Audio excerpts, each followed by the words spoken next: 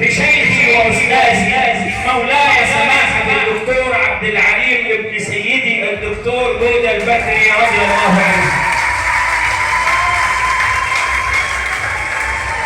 أقول له يا مرحبا يا سيدي عبد العليم، يا مرحبا شرفتنا شيخي الكريم.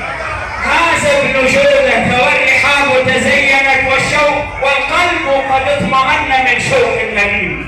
نشرت للهادي النبي وسرته إلا اطمأن القلب من شوق النبي. كما أرحب بمعالي الدكتور عبد الرحمن نصار وكيل وزارة الأوقاف بمحافظة بني سويف المباركة. هذه المحافظة المباركة بحضارة العمران وبطولات الإنسان.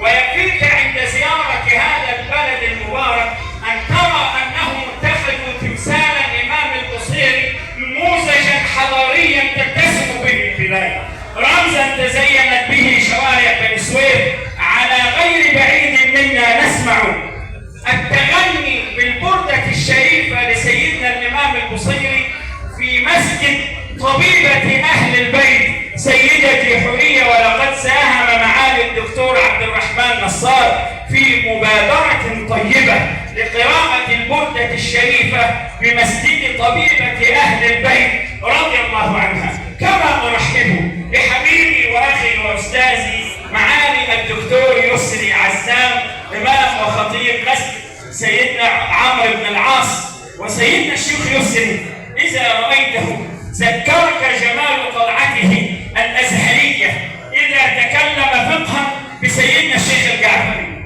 وإذا تكلم حبا ذكرك بمولاي الإمام الشيخ الخطيب. كما أرحب بأخي وحبيبي الأستاذ الدكتور والعلامة الفاضل صاحب السمت الطيب والتواضع والوقار سيدنا الشيخ الدكتور محمد عزت رئيس المجلس الأعلى للشؤون الإسلامية بوزارة الأوقاف.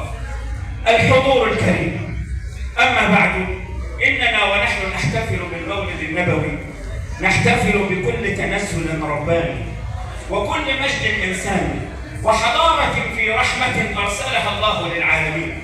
فالمولد النبوي بعث للروح في جسد الحضارة، والمحب لا يحتاج إلى دليل.